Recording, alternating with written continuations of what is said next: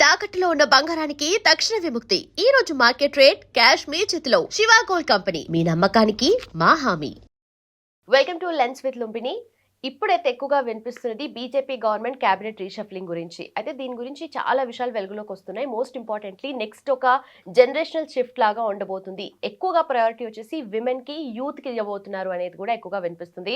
అలాగే దీనికి సంబంధించిన విషయాలు ఇంకా క్లియర్ గా తెలుసుకుందాం. ఈ రోజు మనతో జాయిన్ అవబోతున్నారు ప్రముఖ geopolitical analyst Pavan Shershagar మనతో పాటున్నారు. Let's talk to him. Hello sir, నమస్తే. నమస్తే అండి. సో బీజేపీ క్యాబినెట్ రీషఫ్లింగ్ గురించి మాట్లాడితే నితిన్ నబీన్ గారు as president youngest chief ever గా అపాయింట్ అయ్యారు. అండ్ ఆఫ్టర్ దట్ ఇప్పుడు వస్తున్న చేంజెస్ కూడా ఒక జనరేషనల్ షిఫ్ట్ లాగా ఉండబోతుంది. విమెన్ క్యాండిడేట్స్ కి ఇప్పుడు ఎక్కువగా ప్రయారిటీ ఇవ్వబోతున్నారు. అండ్ చాలా సిగ్నిఫికెంట్ గా కొన్ని నేమ్స్ కూడా వినిపిస్తున్నాయి. అలాగే యూత్ లో కూడా చాలా ఎక్కువ మంది వచ్చే అవకాశాలు కూడా కనిపిస్తున్నాయి అని చెప్పేసి. So what exactly? కరెక్టేనండి అది. ఫస్ట్ ఈ రోజున యాక్చువల్గా బీజేపీ వాళ్ళది ఏదైతే ఆర్గనైజేషనల్ రీషఫ్లింగ్ ఉందో అది ఫస్ట్ ప్రకటిస్తారు. దాని తర్వాత క్యాబినెట్ రీషఫ్లింగ్ ప్రకటిస్తారన్న వార్తలు వస్తున్నాయి. సో ముందుగా మీరు అన్నట్టుగానే మహిళలకి, దాని తర్వాత మెయిన్లీ యూత్ వీళ్ళకి ఎక్కువగా ప్రాధాన్యత ఇవ్వాలని పార్టీలో ఒక వార్తలు అయితే బాగా వస్తున్నాయి. దానికి తగ్గట్టుగానే న్యూస్లు కూడా వస్తున్నాయి. So why women and why youth అనేది మనం మాట్లాడుకునే ముందర ఈ చేంజ్ అనేది ఎందుకు ఇంపార్టెంట్ అనేది ఒకసారి మనం చూసుకుంటే, ఏదైతే ఇప్పుడు బీజేపీలో ఈ షిఫ్ట్ జరుగుతుందో ఇది మనం 2014తో కంపేర్ చేయొచ్చు.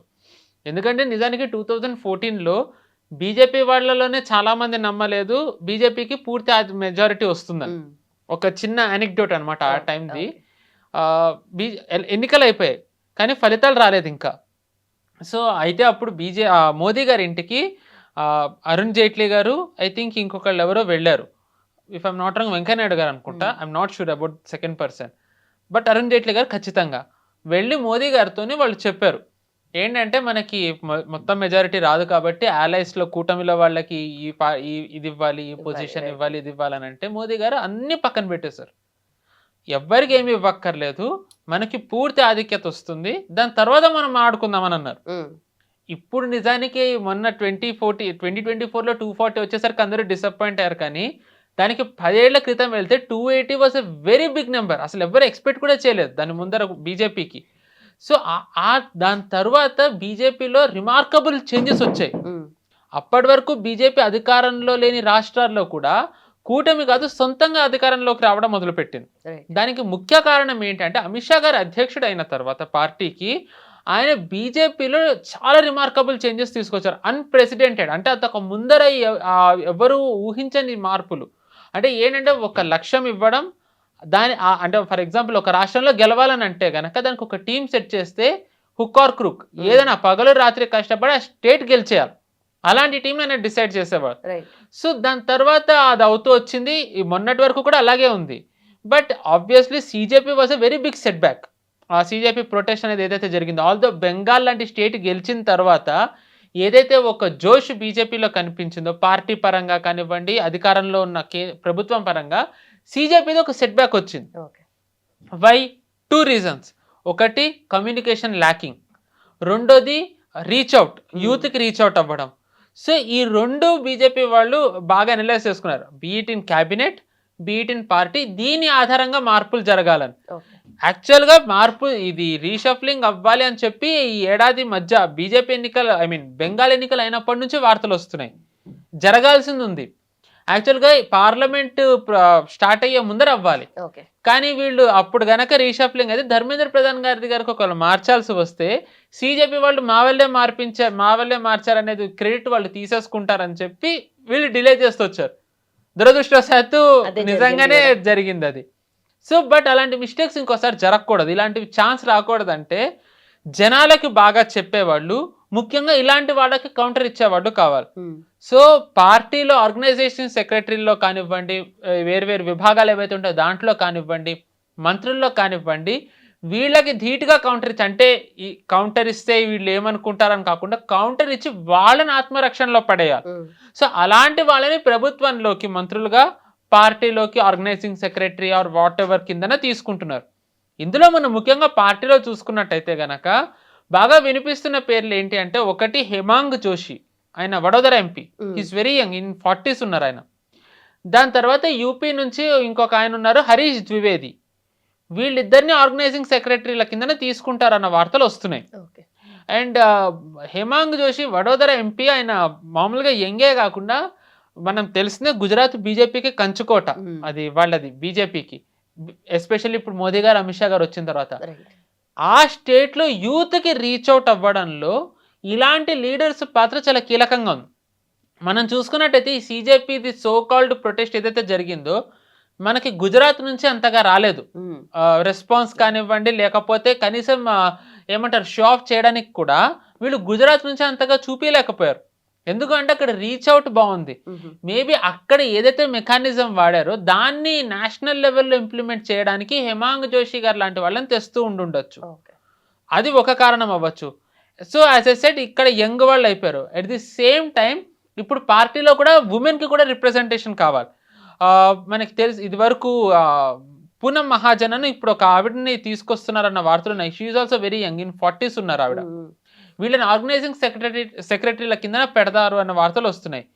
అప్రాక్సిమేట్లీ 7 to 9 మెంబర్స్ ఆర్గనైజింగ్ సెక్రటరీలు ఉంటారు అన్నది ఇప్పుడు ఒక ఊహాగానాలు నడుస్తున్నాయి. దీంట్లో మెజారిటీ ఇప్పుడు ఎవరైతే ఉన్నారో వాళ్ళందరినీ తీసేసి కొత్త వాళ్ళనే పెడతారని ఉంది. ఆ కొత్త వాళ్ళలో కూడా ఎక్కువగా యూత్ అండ్ మహిళల్ని పెడతారన్నది. కానీ ఇద్దరిని మాత్రం రీటైన్ చేసుకుంటారన్న వార్తలు ఉన్నాయి. ఒకటి సునీల్ బన్సల్ గారు, రెండోది వినోద్ తావడే గారు. సునీల్ బన్సల్ గారు వచ్చేసి ఐ థింక్ బీజేపీకి వెనక ఒక స్టేట్ గెలవాలి అని అంటే ఇప్పటివరకు గెలవంది, అది గెలవాలి అంటే కనుక ఆ బాధ్యత ఇచ్చేది ఈయనకే. ద బెస్ట్ ఎగ్జాంపుల్ రీసెంట్లీ జరిగిన బెంగాల్ ఎన్నికలు, 17లో ఉత్తరప్రదేశ్ ఎన్నికలు, 24లో ఒడిస్సా ఎన్నికలు. మనకు తెలిసిందే ఒడిస్సాలో ఇప్పటివరకు బీజేపీ లేదు, బెంగాల్లో ఇప్పటివరకు బీజేపీ లేదు, యూపీలో 3 దశాబ్దాల క్రితం ఓడిన తర్వాత మళ్ళీ బీజేపీ అధికారంలోకి వచ్చిన దాఖలాలు లేవు. అలాంటి చోట ఆయన పార్టీని రివైవ్ చేసి క్యాడర్ని బలోపేతం చేసి జనాలని పార్టీతో చేర్చి ఇప్పుడు ఎలాంటి పొజిషన్లో ఈ 3 రాష్ట్రాల్లో బీజేపీ ఉందో చూసాం. So even though is not two young, at the same time is not two old, ఆయన హీఈస్ ఎక్స్పీరియన్స్డ్. ఆ అనుభవం బీజేపీకి కావాలి. సో ఆ కారణం చేత ఆయన ఉంచుతున్నారన్న వార్తలు వస్తున్నాయి. అయితే దాని తర్వాత వినోద్ తావడే, హీఈస్ ఆల్సో కొంచెం experienced, little bit of old age దాంట్లోకి వస్తారు ఆయన, but is also very experienced. ఇటీవల బీహార్ ఎన్నికలు జరిగాయి 2025లో. యాక్చువల్గా ఇప్పుడు అక్కడ బీజేపీకి చాలా కష్టకాలం అని అన్నారు, వెరీ టఫ్ అని అన్నారు, బట్ ఆయన స్ట్రాటజీలు చాలా పనిచేసాయి. సో మనం చూసాం వినోద్ ఎలాగా గెలిచారు. సో ఆల్దో ఎంత యంగ్ వాళ్ళు ఉన్నా ఈ యంగ్ వాళ్ళకి ఏంటంటే ఎక్స్పీరియన్స్డ్ పీపుల్ లేకపోయినట్టయితే కనుక it will become very problematic. ఇప్పుడు మనం కాంగ్రెస్లో చూస్తున్నాం, రాహుల్ గాంధీ గారికి ఎక్స్పీరియన్స్డ్ వాళ్ళు సజెషన్స్ ఇవ్వకపోవడంతో ఎలాంటి కామెంట్స్ చేస్తున్నారు. ఆ మిస్టేక్ ఇక్కడ జరగకూడదు. సో ఆ కారణం చేత ఈ ఇద్దరు ఎక్స్పీరియన్స్డ్ వాళ్ళని పెట్టారు. ఇది ఒక aspect. The most important aspect వీళ్ళని తీసుకోవడం వెనక ఏంటంటే it is not just for 1 year or 2 years కాదు. ద టీమ్ ఇప్పుడు ఎలాంటి వాళ్ళని అయితే పెడతారో they should be capable enough to lead the party for 20 years. At the same time for 20 years అంటే వీళ్ళు 20 ఏళ్ళు ఉంటారని కాదండి. ఈ బాధ్యతలు వీళ్ళకి వచ్చిన తర్వాత వీళ్ళు గనక ఆ బాధ్యతల నుంచి తప్పుకోవాల్సి వస్తే ఇలాంటి సమర్థుల్ని మళ్ళీ వీళ్ళు తయారు చేయాలి. ఓకే.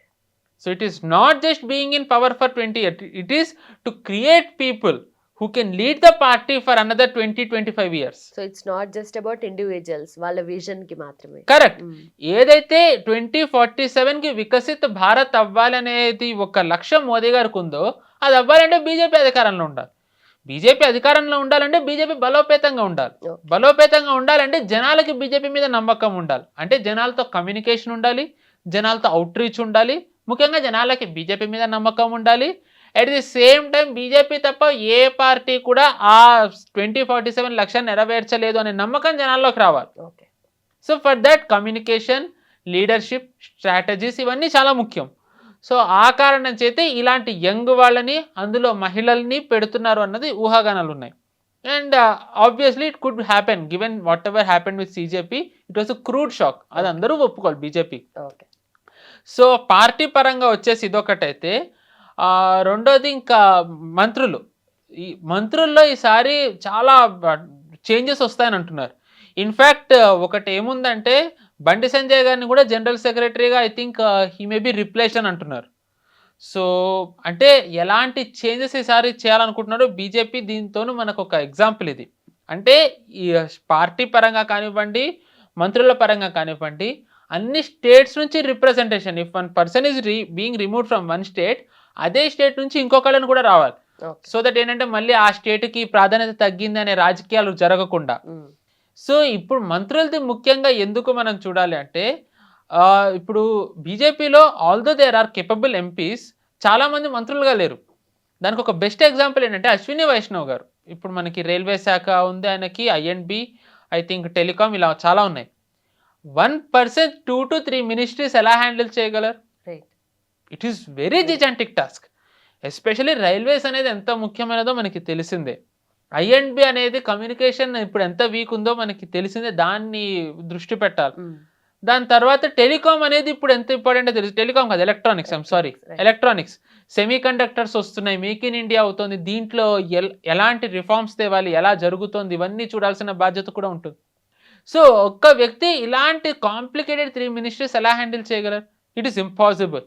సో ఈయన మీద భారం తగ్గియాలి అంటే కొత్త వాళ్ళని తేవాలి. సో ఆ కొత్త వాళ్ళు వచ్చేవాళ్ళు ఎలా ఉండాలి? ఇందాక పార్టీకి ఎలా అయితే చెప్పానో ఇన్ ద సేమ్ వే పని చేయాలి. Task masters. అమిత్ షా గారు ఎలా అయితే పార్టీ ప్రెసిడెంట్ అయిన తర్వాత ఒక టాస్క్ ఇచ్చి స్టేట్ మీద గెలవాలి అనేది ఎలా అయితే ఒక టాస్క్ ఇచ్చారో, ఇన్ ద సేమ్ వే మామూలుగా ఏమంటారంటే మోదీ గారు కూడా మినిస్టర్ ఒకళ్ళని చేసిన తర్వాత వాళ్ళకి టాస్క్ ఇస్తారు. మీది ఈ టర్మ్ అయిపోయేసరికి ఇలాంటి టాస్క్లు అవ్వాలని. The best example Amit Shah గారిది కాకుండా మనం చూసుకున్నట్టయితే జ్యోతిరాదిత్య సింధియా గారు. ఆయన 2021 ఆ టైంలో ఆయన మినిస్టర్ అయ్యారు కాంగ్రెస్ నుంచి వచ్చిన తర్వాత. ద ఫస్ట్ టాస్క్ ఆయనకు ఏవియేషన్ మినిస్టర్గా ఇచ్చిన తర్వాత ఆయనకి ఇచ్చిన టాస్క్ ఏంటంటే ఎయిర్ ఇండియాని ప్రైవేటైజ్ చేయాలి. మనకు తెలిసిందే, దాని ముందర వరకు air India was under government, అది గవర్నమెంట్ రన్ అయితే దాన్ని ప్రైవేటైజ్ చేయాలి. ఎంతమంది మంత్రులు వచ్చినా సరే దాన్ని సాధించలేకపోయారు. బట్ జ్యోతిరాదిత్య సింధియా గారు వచ్చిన చాలా అతి తక్కువ కాలంలోనే ఆయన దాన్ని ప్రైవేటైజ్ చేయగలిగారు. సో అంటే ఒకటి ఏదైతే టాస్క్ ఇచ్చారో అది టిక్ మార్క్ వచ్చింది. In the same way Amit Shah గారు హోమ్ మినిస్టర్, ఆఫ్ కోర్స్ ఆయన ఎంత క్లోజ్ అయినా he also has some targets set by Modi గారు. సో ఆయనకి చాలా టార్గెట్స్ ఉన్నాయి. ఆయన ఫస్ట్ టర్మ్ హోమ్ మినిస్టర్ అయిన తర్వాత article 370 done. CIA although it was delayed, అది ఆయన మళ్ళీ ఆయన టర్మ్ ఎండ్ వచ్చేసరికి ఆయన ఇంప్లిమెంట్ చేయగలిగారు. దాని తర్వాత థర్డ్ టర్మ్లో వచ్చేసరికి left wing extremism, the most important thing, ఆయన దాన్ని అంతమొందించగలిగారు. సో ఇలా ప్రతి ఒక్క మంత్రికి కూడా వాళ్ళకి టార్గెట్స్ ఉంటాయి. సో ఈసారి ఏంటంటే సిజేపీ ప్రొటెస్ట్ ద్వారా తెలిసింది ఏంటంటే వాళ్ళు పని చేయడం ఒక్కటే కాదు, ఆ పని చేసింది జనాల్లోకి వెళ్ళాలి. ఆ పని జరిగిన తర్వాత జనాల్లోకి వెళ్ళకపోతే వాళ్ళు చేసింది కూడా ఎవరికి తెలియదు.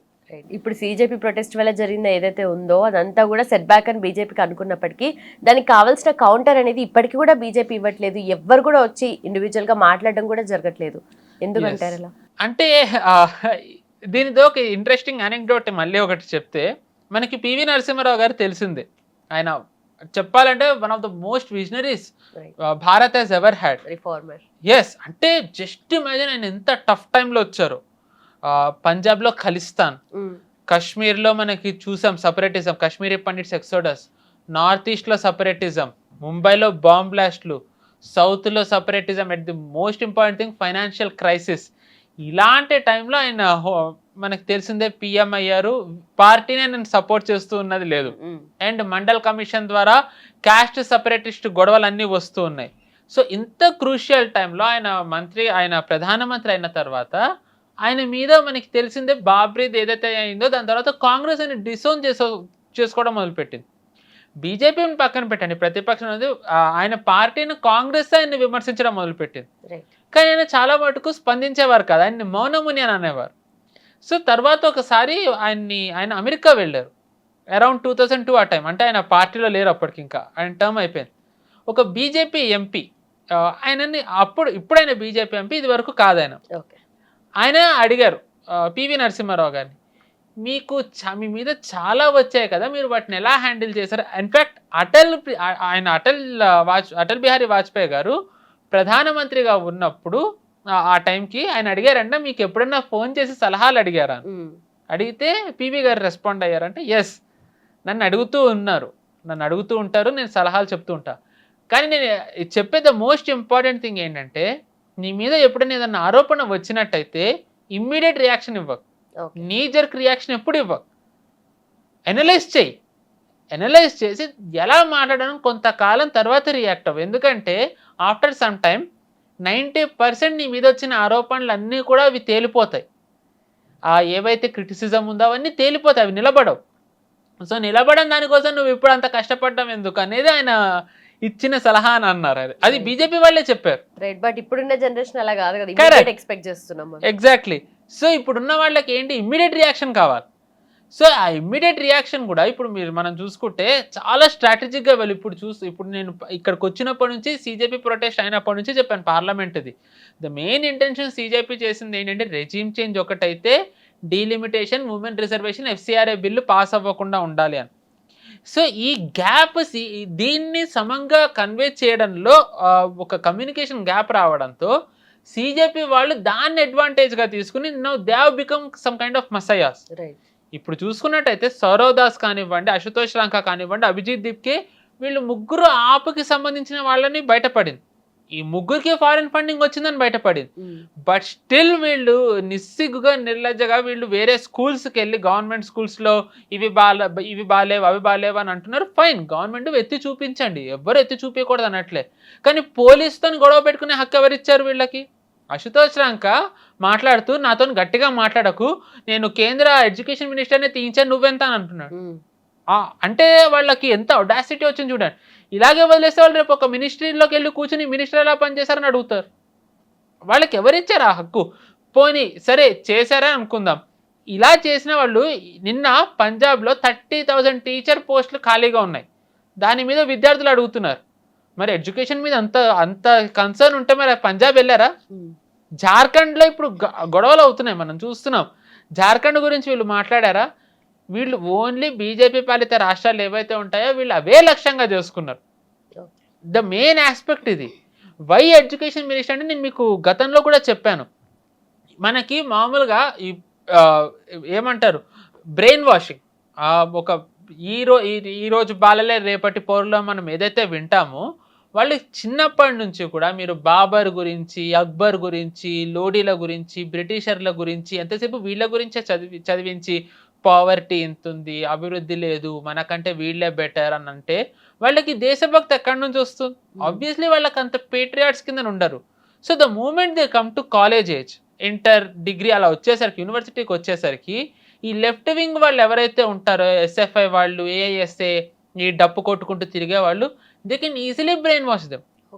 వాళ్ళు ఏంటంటే యాంటీ నేషనల్స్గా మార్చచ్చు. దాని పర్యవసానాలే మనం గనక చూసుకున్నట్టయితే ఈరోజు ఆర్టికల్ 370 తీయాలంటారు. గాజాలో ప్యాలెస్తీన్ కోసం వీళ్ళు రోడ్డు మీదకి వస్తారు, కానీ కాశ్మీరీ పండిట్ల కోసం వీళ్ళు రారు. ఎందుకు అంటే వాళ్ళు బ్రెయిన్ వాష్ అయిపోయి ఉన్నారు. సో ఈ బ్రెయిన్ వాష్ అవ్వకుండా ఉండాలంటే ఏం చేయాలి? ఫస్ట్ మన నిజమైన చరిత్ర ఏంటో మనకి తెలియాలి. అక్బర్, బాబర్ అనే వాళ్ళు రూల్ చేయలేదు, వాళ్ళు ఇన్వైట్ చేశారు. They were not democratic, they were barbaric. వాళ్ళు కన్వర్ట్ చేశారు, కన్వర్ట్ అవ్వని వాళ్ళని చంపారు. ఈ నిజాలు తెలియాలి. ఇది తెలిస్తే ఏంటంటే వాళ్ళ హిస్టరీ తెలుస్తుంది. వాళ్ళు పేట్రియాట్స్గా మారతారా లేదనేది పక్కన పెడితే వాళ్ళకి నిజం ఏంటి, అబద్ధం ఏంటి, మన చరిత్ర ఏంటి, చరిత్ర ఇంతవరకు వక్రీకరించింది ఏంటనేది తెలుస్తుంది. అది తెలిసిన తర్వాత వాళ్ళు కాలేజ్ ఏజ్, యూనివర్సిటీ ఏజ్కి వచ్చేసరికి ఈ డప్పు కొట్టే వాళ్ళు హమ్ క్యా చాతే ఆజాదీ అని, బ్రాహ్మణ్ వాద్ సే ఆజాదీ, మనువాద సే ఆజాదీ, బస్ నామ్ రహేగా అల్లా కంటే అటువైపు వెళ్ళారు. ఎందుకంటే వాళ్ళకి అప్పటికే నిజం తెలుస్తుంది కాబట్టి. సో ధర్మేంద్ర ప్రధాన్ గారు ఏం చేశారంటే యూత్ని ఈ బ్రెయిన్ వాషింగ్ అయ్యి తప్పుదారి వైపు వెళ్లకుండా ఉండడంలో ఆయన కీలక పాత్ర పోషించారు. That was the main reason ఆయనని తీయించడానికి కారణం ఏంటంటే అది. సో అవునన్నా కాదన్నా ఎడ్యుకేషన్ మినిస్ట్రీ అనేది ఎంత ఇంపార్టెంటో ఇలాంటి విషయాల్ని కమ్యూనికేట్ చేయడం కూడా అంతే ఇంపార్టెంట్. సో ఇప్పుడు బీజేపీకి ఎవరైతే మంత్రులుగా రాబోతున్నారో దీంట్లో 2 ఆస్పెక్ట్స్, 3 ఉన్నాయి యాక్చువల్గా. ఫస్ట్ డెవలప్మెంట్ 100%, దాని తర్వాత ప్యూర్లీ పాలిటిక్స్. ఎందుకంటే ఆబ్వియస్లీ మీరు పార్లమెంట్లోకి ఒక్కసారి వెళ్ళారు అంటే పార్లమెంట్ సెషన్ అప్పుడు దాంట్లో రాజకీయాలు అవుతాయి, ఏమీ చేయలేదు, ఎందుకు జరగలే, ఇవి ఎక్సెట్రా. దాని తర్వాత during parliament session, non parliament session అప్పుడు ఆ కన్సర్న్డ్ మినిస్ట్రీస్ మీద నెగిటివ్ ప్రొపగండా జరుగుతుంది. ఇప్పుడు ధర్మేంద్ర ప్రధాన్ గారి మీద జరిగినట్టే నీటిది. సో అలా జరిగినప్పుడు దాన్ని కౌంటర్ కూడా చేయాలి. ఇప్పుడు మనకి ఇది వరకు ఓన్లీ ఐఎండ్బి మినిస్ట్రీ అనే ఉండదు, ఇన్ఫర్మేషన్ అండ్ బ్రాడ్కాస్టింగ్. వాళ్ళు ఒక్కటే నిజమేంటి అబద్ధం ఏంటని చెప్పేవారు. కానీ దాని తర్వాత ఏం చేశారు, మినిస్ట్రీ ఆఫ్ ఎక్స్టర్నల్ అఫైర్స్ వాళ్ళు వాళ్ళకి సొంతంగానే ఫ్యాక్ట్ చెకింగ్ చేయడం మొదలుపెట్టారు, ఎంఈఏ ఫ్యాక్ట్ చెక్ అని. సో ఇన్ దట్ వే ప్రతి ఒక్క మినిస్ట్రీ వాళ్ళు కూడా వాళ్ళ ఫ్యాక్ట్ చెక్లు ఓపెన్ చేయాలి. At the same time INB వాళ్ళు కూడా రూల్స్ స్ట్రిక్ట్ చేయాలి. ఇప్పుడు మనం చూసుకున్నట్టయితే కనుక మెటాది కాంట్రవర్సీ మనం చూసాం. సిజేపీ వాళ్ళది అంత యాక్టివ్గా వచ్చినప్పుడు జార్ఖండ్ ప్రొటెస్టులు జరిగినప్పుడు ఎందుకు మనకి ఏమీ ఫీల్డ్లో రాలేదు? సో ఇట్ షోస్ ఎలాంటి జరుగుతుందని. సో ఇలాంటి ఏవైతే ఫారెన్ ఫోర్సెస్ ఇక్కడ ఒక దాడి చేస్తున్నాయో, ఆల్గోరిథం మ్యానిపులేషన్ చేస్తున్నాయో, వీటిని పార్లమెంట్లో బహిరంగంగా గట్టిగా చెప్పాలి. మనం చూసుకున్నట్టయితే దీనికి ఒక వార్తలు ఏమున్నాయంటే స్మృతి ఇరానీ గారిని మళ్ళీ తెస్తున్నారన్న వార్తలు ఉన్నాయి. అనురాగ్ ఠాకూర్ గారికి కూడా బాధ్యతలు ఇచ్చే అవకాశం ఉందని. అంటే ఈసారి బీజేపీ స్పష్టంగా చూసుకుంటే ఎవరిని పెడితే కాంగ్రెస్ ర్యాటిల్ అవుతుందో, వాళ్ళు కేవలం సమాధానాలు ఇవ్వడమే కాదు, ఎవరిని చూస్తే కాంగ్రెస్ వాళ్ళకి ఫస్ట్ ఇరిటేషన్ వచ్చేస్తుందో అలాంటి వాళ్ళని కూడా పెడుతున్నట్టుగా మనకు తెలుస్తుంది. అంటే ఇప్పుడు అఫ్ కోర్స్ కాంగ్రెస్ వాళ్ళకి మోదీ గారిని అమిత్ షా గారిని చూస్తేనే వాళ్ళకి irritation, there is no doubt. But అలా కాకుండా వాళ్ళిద్దరే ప్రతిసారి సమాధానం చెప్పలేరు. You need some set of people who can counter that. ఇప్పుడు మీరు చూసుకున్నట్టయితే రాహుల్ గాంధీ ఏవైతే అబద్ధాలు చెప్తారో ఆ అబద్ధాలను చాలా సమర్థవంతంగా జనాల్లోకి తీసుకెళ్లే ఎంపీస్ ఉన్నారు, స్పోక్స్ పర్సన్స్ ఉన్నారు. సుప్రియా శ్రీనేత్ అనే ఆవిడ కానివ్వండి, పవన్ ఖేడా అనే ఎంపీ కానివ్వండి, దాని తర్వాత ఇంకా జయరాం రమేష్ కానివ్వండి, ఇలాంటి వాళ్ళందరూ అబద్ధాలను కూడా చాలా సమర్థవంతంగా తీసుకెళ్ళగలరు. కానీ ఈ అబద్ధాలని చెప్పి నిజాన్ని చెప్పేవాళ్ళు పార్లమెంట్లో ఇప్పుడు ప్రత్యేకమైన బాధ్యతలు లేకపోవడం వల్ల వీళ్ళ అబద్ధం జనాల్లోకి ఎక్కువ వెళ్ళిపోతుంది. So by the time next parliament session starts, BJP wants to have a team who can actually counter Congress left and right. Just పనిచేసే వాళ్ళు మాత్రమే కాకుండా బదులు ఇచ్చేవాళ్ళు, కౌంటర్ ఇచ్చేవాళ్ళు కావాలి. ఎందుకంటే పని ఒక్కటి చేస్తే సరిపోదు, ఆ పని చెప్పడం కూడా కావాలి. ఇప్పుడు మనకి 1996 నుంచి 2004 వరకు వాజ్పేయి గారి ప్రభుత్వం ఉంది. మధ్యలో 1-2 సార్లు కొంతకాలం లేకపోయినా ఓవరాల్గా ఈటను నిజంగానే భారత్లో అభివృద్ధి జరిగింది. ఆ మాటకు వస్తే 91 నుంచి 96 వరకు పివి నరసింహారావు గారి హయాంలో కూడా అభివృద్ధి జరిగింది. కానీ నరసింహారావు గారు ఓడిపోయారు. ఎందుకు? ఆయన పార్టీ దాన్ని సమంగా తీసుకెళ్ళలేదు, ఎందుకంటే ఆయన మీద ఉన్న కోపంతో. 96 నుంచి 2004 వరకు నిజానికి రైజింగ్ భారత్ అని చెప్పి, షైనింగ్ భారత్ అని చెప్పి అభివృద్ధిలో చాలా బీజేపీ చేసింది, వాజ్పేయి గారు చేశారు. కానీ అయినా కానీ 2004లో బీజేపీ ఓడాల్సి వచ్చింది, ఎన్డీఏ కూటమి ఓడిపోయింది. ఎందుకు? ఏదైతే వాళ్ళు అభివృద్ధి చేశారో ఆ అభివృద్ధి జనాల్లోకి స్పష్టంగా వెళ్ళలేదు.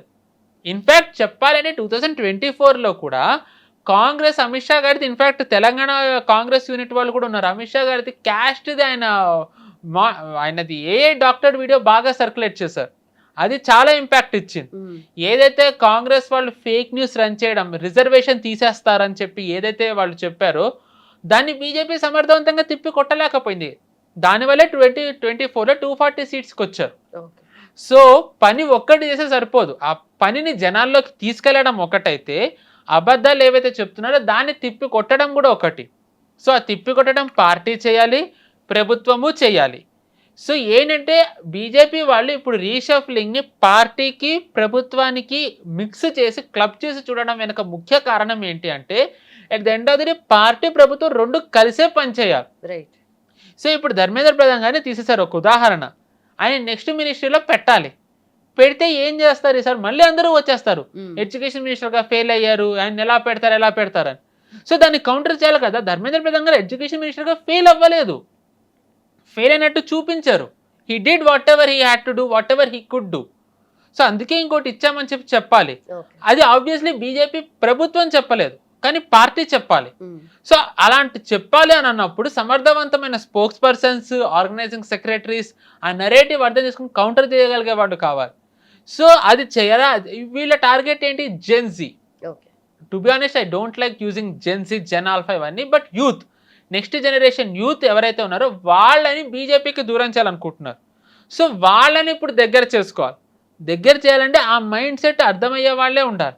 So that is the reason పార్టీలో కానివ్వండి, ప్రభుత్వంలో కానివ్వండి యువతని తేవడానికి కారణం అదొకటైతే, ఇప్పుడు మనం చూసుకున్నట్టయితే 33% ఉమెన్ రిజర్వేషన్ ఇంప్లిమెంటేషన్లో బీజేపీకి ఏవైతే అవరోధాలు వస్తున్నాయో హైపోథెటికల్లీ పార్టీలో కానివ్వండి, ఇప్పుడు చేసే మంత్రుల్లో కానివ్వండి, ఆ రిజర్వేషన్కి తగ్గట్టు ఇఫ్ నాట్ అట్లీస్ట్ 33 ఇది వరకు ఉన్నదానికంటే ఎక్కువ రిప్రజెంటేషన్ ఇచ్చినట్టయితే నెక్స్ట్ ఖచ్చితంగా విపక్షాలు వాళ్ళు ఒక ఏమంటారు ఆత్మరక్షణలో పడతారు.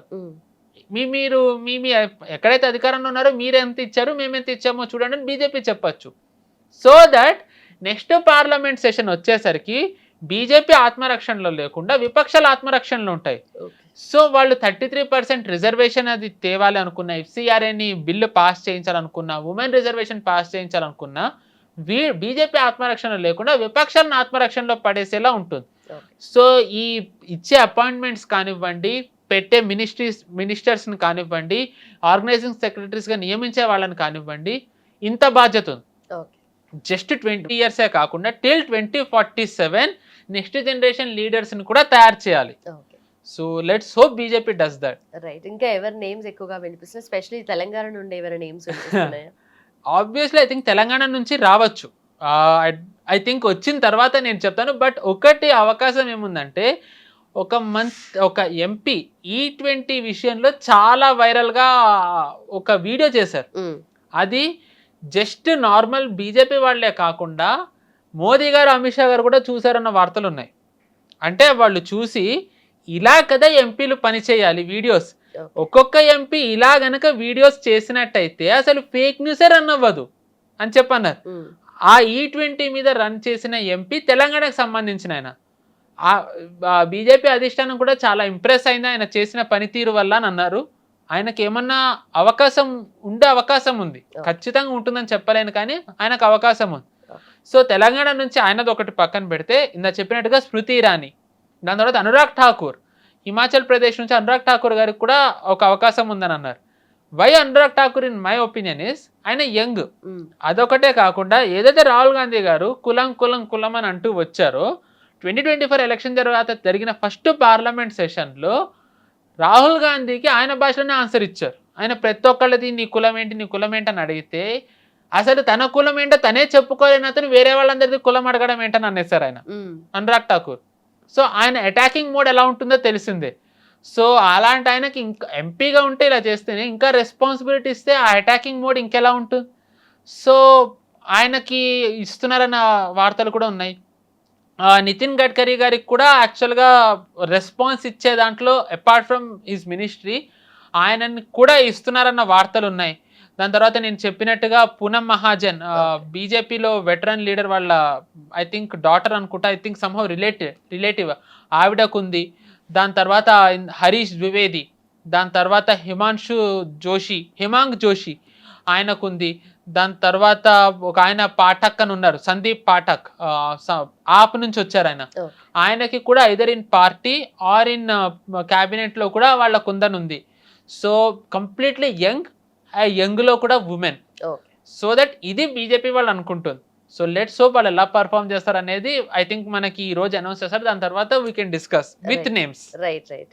అండ్ అలాగే దీనికి ఎక్స్టెన్షన్ గా రాహుల్ గాంధీ అన్నారు కాబట్టి ఇప్పుడు వందే మాత్రం 150 ఇయర్స్ ఫ్రీడమ్ స్ట్రగుల్లో ఎంత కీ రోల్ ప్లే చేసిందో చూసాం. 150 ఇయర్స్ కంప్లీట్ చేసుకుంది నిన్నటికి. అండ్ అక్కడ కూడా ఈ న్యూస్ కూడా వైరల్ అవుతుంది. రాహుల్ గాంధీ గారు అండ్ సోనియా గాంధీ గారు వాళ్ళు చేసిన రియాక్షన్ కి సంబంధించి ఆ న్యూస్ వైరల్ అవుతుంది. స్పెషలీ మనం పిఎం మోడీ గారి స్పీచ్ కన్నా ఎక్కువగా వీటి గురించి వైరల్ అవుతుంది.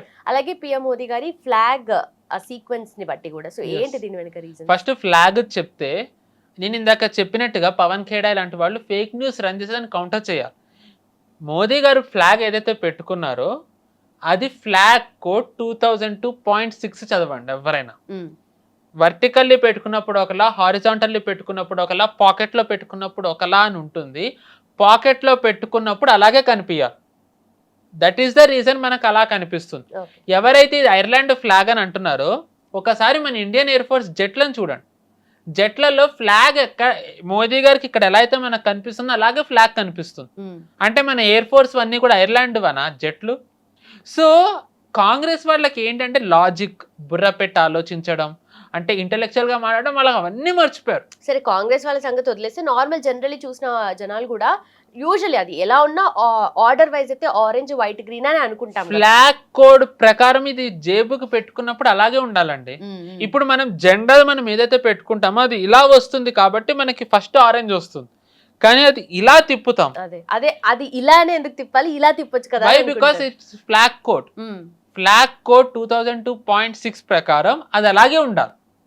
So that is the reason Modi గారు అలా పెట్టుకున్నారు. సో ఆబ్వియస్లీ దేశం గురించి, దేశ జెండా గురించి కాంగ్రెస్ వాళ్ళకి తెలియాలి అనుకోవడం కూడా అది అమాయకత్వమే అవుతుంది. సో ఆబ్వియస్లీ వాళ్ళు ఇలాంటి ఫేక్ న్యూస్ రన్ చేస్తారు. సో ఇలాంటివి రన్ చేసినప్పుడు సమర్థవంతంగా తిప్పి కొట్టడంలో ఇప్పుడు వచ్చే పార్టీ వాళ్ళది కూడా కీలక పాత్ర ఉంటుంది. No coming to Vande Mataram. వందే మాతరంలో కాంగ్రెస్ వాళ్ళకి వచ్చిన బాధ ఏంటుందండి? అదేం ఆర్ఎస్ఎస్ వాళ్ళు రాసింది కాదు, ఆర్ఎస్ఎస్ గీత అంతకంటే కాదు, ఆర్ఎస్ఎస్ కంటే ముందర పార్టీది. మీరు దాన్ని కూడా ఒప్పుకోవట్లేదు అంటే ఫుల్ స్టాన్స్ ఎందుకు? అసలు మీరు చూసుకున్నట్టయితే సోనియా గాంధీ కోపం వచ్చేసింది. రాహుల్ గాంధీ అయితే ఆడియోది మనం వింటే, లేదు ఇది మన సాంగ్ కాదు, మనం ఇది పాడడం, మన వర్జన్ ఇది కాదని. అంటే ఏంటి వర్జన్ ఏంటి? వర్జన్ ఏంటి అంటే బీజేపీ తెచ్చింది కాబట్టి దాంట్లో మన భారత భూమిని ఏదైతే కోట్ చేస్తూ ఉంటుందో అది ఉంది కాబట్టి కాంగ్రెస్ ఒప్పుకోవట్లే. ఎందుకు ఒప్పుకోవట్లే? కాంగ్రెస్ ఏదైతే అపీస్ చేసే ఓటు బ్యాంక్ ముస్లింలది ఉందో వాళ్ళు పాడమంటారు. ఎందుకంటే ముస్లింలకు తెలిసిందే, మేము మా అల్లాని తప్ప మేము ఇంకెవరిని మేము పొగడము, మేము మాట్లాడమని అంటారు. ఆబ్వియస్లీ అందుకని వాళ్ళు ఇప్పుడు ముస్లిమ్స్ ఇది అన్నారు అంటే నేను దాన్ని సమర్థించా, ముస్లిమ్స్ అనేది కూడా. బట్ అర్థం చేసుకోవచ్చు కాంగ్రెస్కి ఎందుకు ఉందండి అలా. కాంగ్రెస్కి వచ్చిన ప్రాబ్లం ఏంటి అంటే మోదీ గారు ఒకసారి అన్నట్టుగా ముల్లా కాంగ్రెస్ అయిపోతుంది, మార్క్సిస్ట్ కాంగ్రెస్ అయిపోతుందని ఏదైతే అన్నారో దీనికి ప్రత్యక్ష ఉదాహరణ అది. ఎస్పెషల్లీ వందే మాతరంను అవమానించకూడదు అని బిల్లు పాస్ చేసిన తర్వాత ఇంటెన్షనల్లీ వాళ్ళు ఇది చేశారు అంటే ఇంకేమన్నారు? ఏమనంటే జయరామ్ రమేష్ ఇచ్చే ఎక్స్ప్లెనేషన్ ఏంటంటే ఖర్గే గారు అంతసేపు నించోలేరు కాబట్టి అని చెప్పాను. 2 నిమిషాల తరువాతే ఎందుకు గుర్తొచ్చింది వాళ్ళకి? ఏదైతే కొత్తగా యాడ్ చేసిన స్టాన్జాలు ఉన్నాయో దాని తర్వాతే మల్లికార్జున ఖర్గే నించోలేరు అని గుర్తొచ్చిందా? పార్లమెంట్లో గట్టి గట్టిగా ఖర్గే పరుష పదజాలం వాడుతూ అరిచినప్పుడు ఎప్పుడు కూడా వీళ్ళు కూర్చోవాలని అనలేదే. పార్లమెంట్లో మాట్లాడతారు కదా ఖర్గే, దాని తర్వాత సభలకు వెళ్ళినప్పుడు నుంచి ఖర్గే మాట్లాడతాడు కదా. ఆ కాంగ్రెస్ ఇది సోనియా గాంధీని పొగుడుతూ, మోదీ గారిని తిడుతూ, హిందువులని అంటూ, హిందూ ధర్మాన్ని అవమానిస్తూ, సనాతన ధర్మాన్ని ద్వేషిస్తూ మాట్లాడినప్పుడు కాళ్ళ నొప్పులు రానిది వందే మాత్రం పాడడానికే ఖర్గే కాళ్ళ నొప్పులు వచ్చాయా? సో ఎవరిని మోసం చేద్దాం అనుకుంటున్నారు? వీళ్ళ బాధ ఏంటి అంటే ఏదైతే కాంగ్రెస్ ఇన్నేళ్ళు అపీజ్మెంట్ చేస్తూ వచ్చిందో ఆ అపీజ్మెంట్కి బీజేపీ ఫుల్ స్టాప్ పెట్టింది. ఆ ఫుల్ స్టాప్ పెట్టడంతో కాంగ్రెస్ ఏమవుతుందంటే నిజంగా వాళ్ళు ఇంతవరకు జనాలకి ఏదైతే ఒక ముసుగు కప్పి మేము సెక్యులర్ పార్టీనే అని చెప్పి చూపించుకుంటూ వచ్చారో ఆ ముసుగు తొలగిపోయింది. Congress is no more a secular party, Congress ముస్లింల కోసం ఉన్న పార్టీ అని మాత్రమే ఇప్పుడు వెళ్తోంది. ఒక వాళ్ళ పార్టీ లీడరే చెప్తున్నారు, లేదు ఆపారు కానీ మేమే మొత్తం పాడామని. అంటే మీరు జనాలది పక్కన పెట్టండి, మీ పార్టీలో ఉన్న నేతలకి నార్మల్ లీడర్స్కి మీకే కనెక్ట్ తెలియట్లేదే.